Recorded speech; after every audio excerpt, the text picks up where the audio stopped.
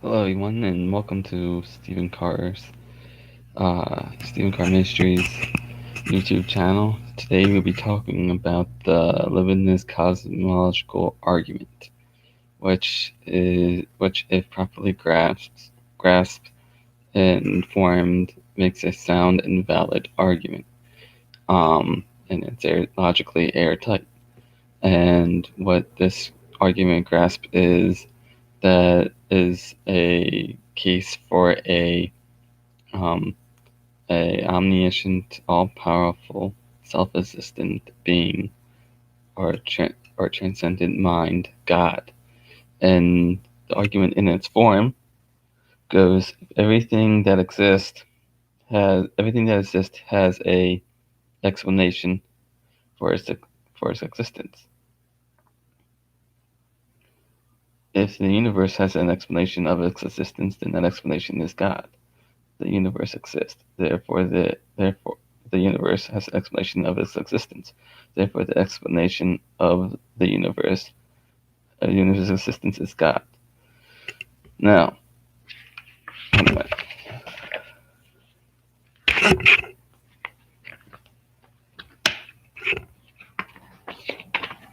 now, so so if everything has an explanation for its existence, then that seems pretty explanatory. In this case, for everything around us that has an explanation must have an well that has and has an existence or that exists has an explanation for its cause. Simply, this is simply stated by Richard Taylor's translucent of an orange ball, of a red ball or orange ball. They find it in forest woods. It's also self-explanatory or self-evident of itself for any truth seeker. Richard Taylor says that if you and your buddy were going hiking in the woods and you found a translucent ball and laying in the middle of the forest floor, you simply would wonder how it got there.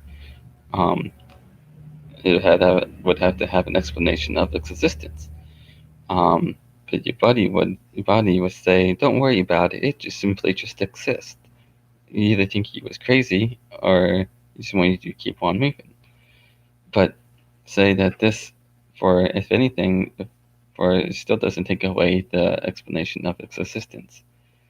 Um, so in this case, and you can take this, you say that this orange ball or red ball um, was grew to the size of a car. Still, this wouldn't take away the explanation of how it got there. Say it grew to the explanation of a house. Still, the size of the ball doesn't matter of the explanation. It doesn't take away the explanation of how it got there. Say it grew to the size of the universe. It still wouldn't take any explanation away from it. You would still have to ask how that ball got got to be there. Um, so as you see that everything has an explanation for its existence, and the universe must have an explanation for its existence as well. Um, so that explanation is God. For if the universe, for something to come into existence out of nothing, it has to be all powerful and all powerful and omnipotent being that transcends the universe or anything in it. Um, so if you look through, so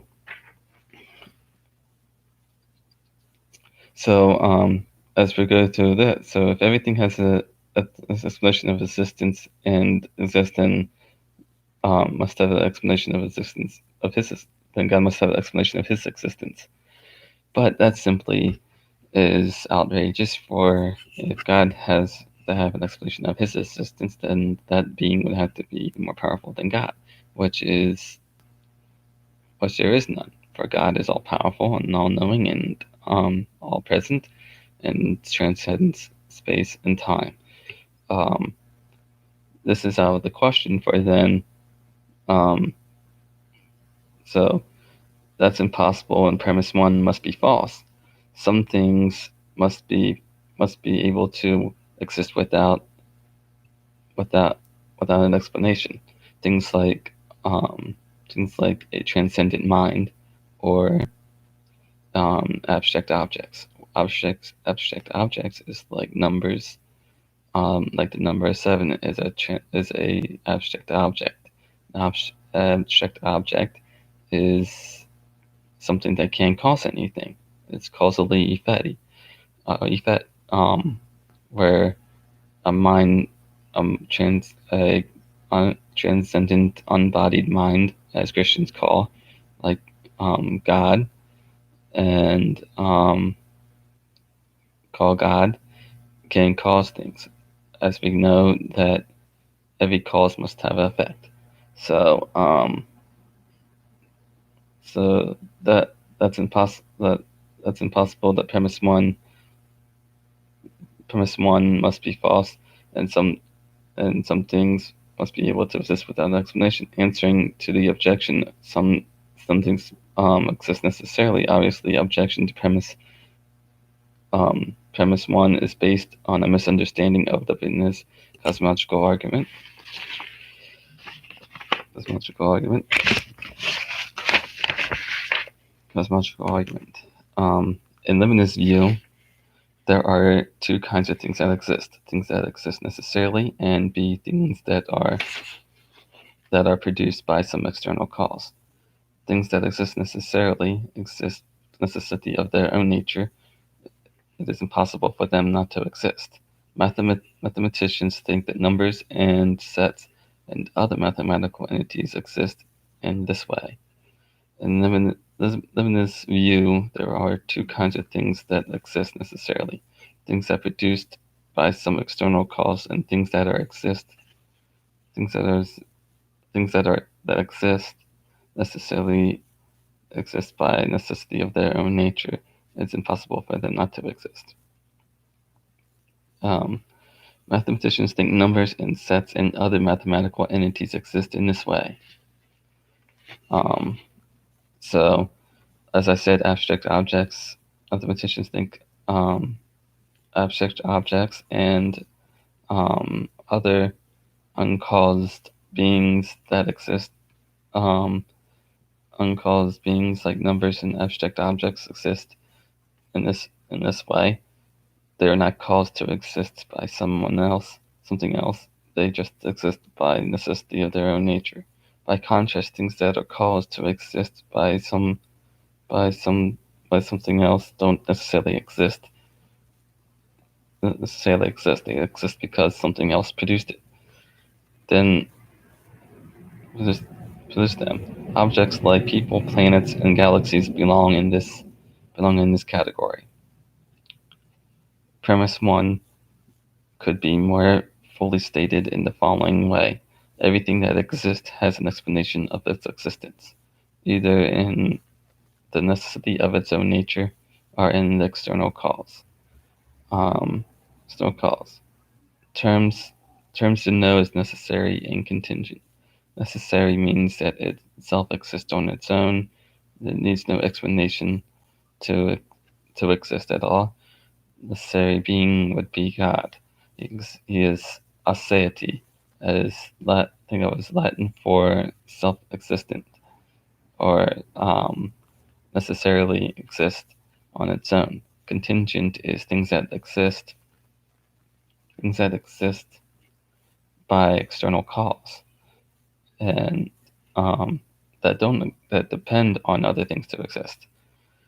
Defense of premise one side, as I stated, is premise one has a sort of self-evident evidence about it, a translucent ball in the woods.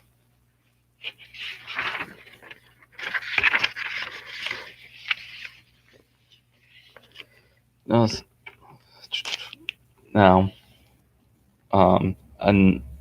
another thing is, suppose, so then you have premise two. Then you have the taxi cab fallacy. The atheist will say that premise 1 is true for everything in the universe, but not of the universe itself. If everything in the universe has an explanation, but the universe itself has no explanation, this response has committed what is called the taxicab fallacy. It would be arbitrary for the atheist to claim that the universe is the exception of the rule. Recall that Leibniz does not make God the exception of premise 1. Notice too that how scientific this atheist response is. For modern cosmology, the study of the universe is devoted to the search for an explanation of the universe's existence. The atheist attitude would cripple science. Terms denote fallacy as a error in thinking or in your logic, and cosmology is a study of the universe. Another atheist fallacy: it is impossible to have an explanation. Some atheists will have tried to justify making the universe an exception to premise 1. That may be that they say it's impossible for a universe to have an explanation of existence. Why? Because the explanation of the universe would have to be some prior state of affairs in which the universe did not exist. But that would be nothingness, and nothingness can't be the explanation of anything. Leibniz would agree that the explanation of the universe must be a prior state of affairs in which the universe did not exist. But that state of is God, and his will, not nothingness. Premise 2. If the universe has an explanation of its existence, that explanation is God.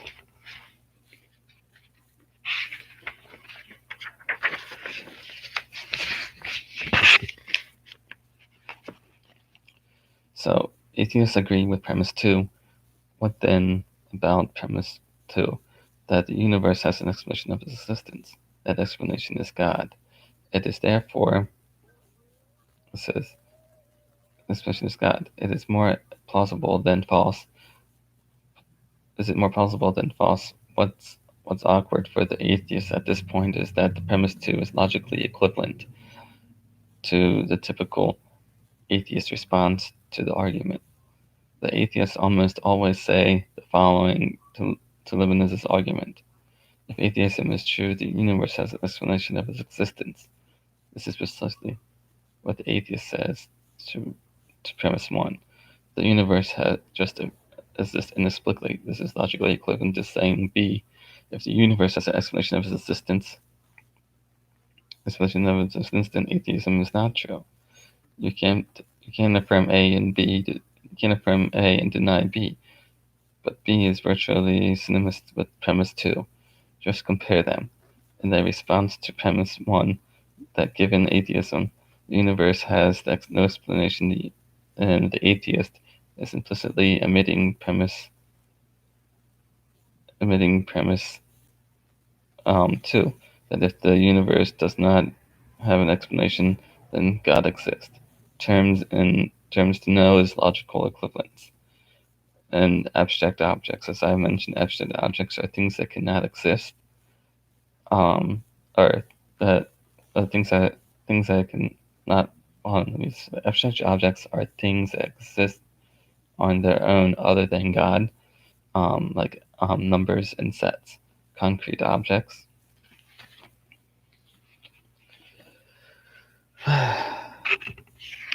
Hold on, I gotta go to my notes.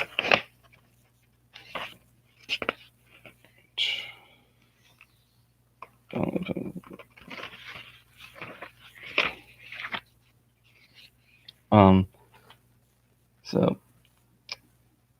cosmology is a study of the large-scale structure and development of the universe. The Greek word for cosmos means orderly arrangement, or Pythagoras may have been the first person to use this word to refer to the universe.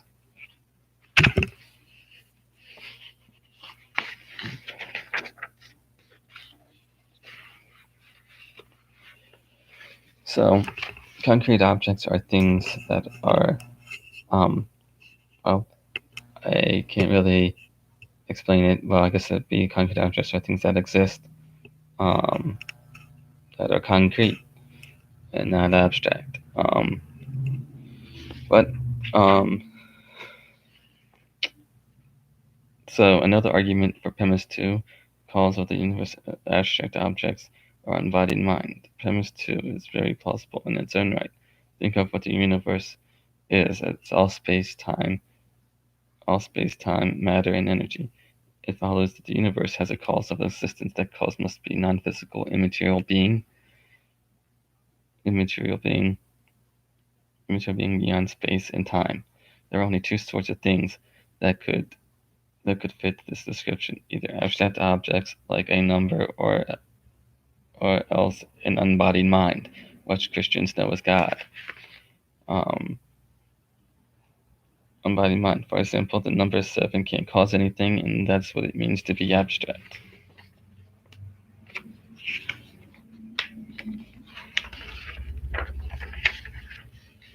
So the cause of the universe must be a transcendent mind, which is what we understand God to be. So if we begin to grasp the power of Leibniz's argument, if successful, it proves the existence of a necessary, uncaused, timeless, spaceless, immaterial, personal creator of the universe. Atheist alternatives, universe exists necessarily. What can the atheist do at this point? He has more radical alternatives open to him. He can retrace his steps, withdraw his objection to premise 1, and say instead, yes, the universe does have an explanation of its existence. That explanation is that the universe exists by necessity of its own nature. For the atheist, the universe could serve as some kind of God, substitute that exists necessarily. Atheists are not eager to embrace this alternative. It is clear as we look about the universe. None of the things that make it up, whether stars, planets, galaxies, dust, and radiation seem to exist necessarily. Some might say but what about the matter that these things are made of?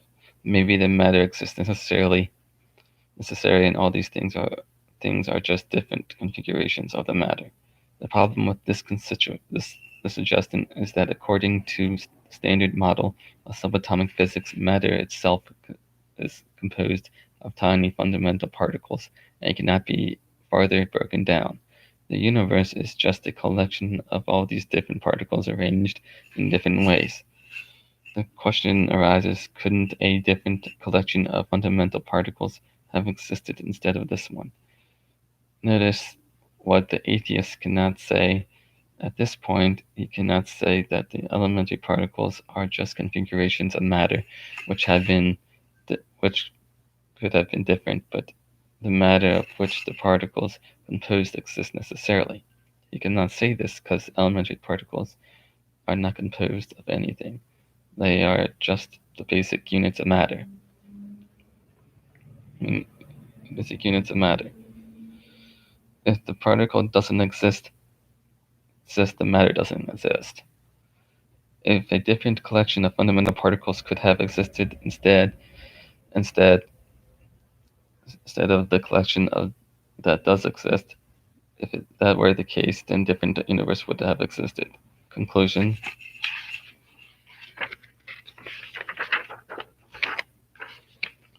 The truth of the three premises, the conclusion is logically inescapable. God is the explanation of the existence of the universe. The argument implies that God is an uncaused, unbodied mind who transcends the physical universe and even space and time themselves, and who exist necessarily. This conclusion is staggering. G.W. Leibniz, the principle of nature and nature of grace based on reason, and Leibniz section. This is the reference from these. G.W. Leibniz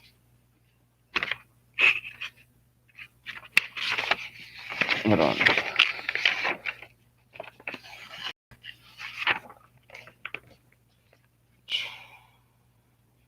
G.W Leibniz, co-discoverer of calculus with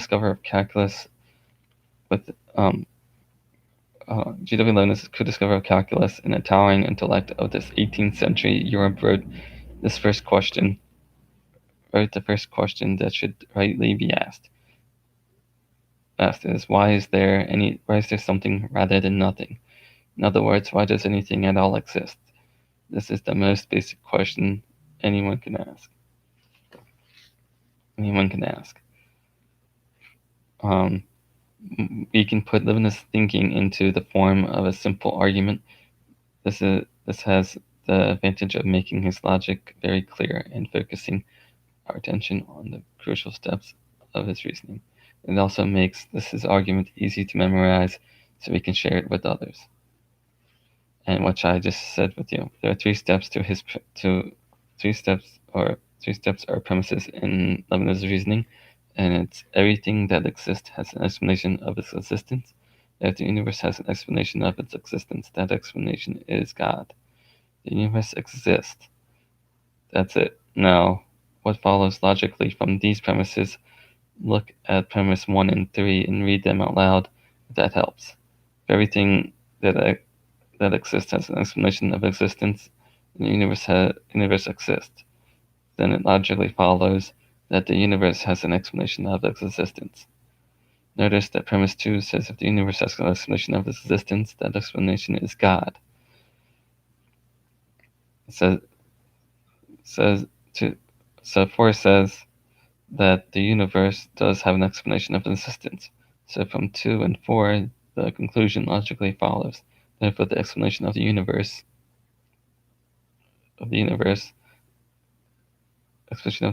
existence is God.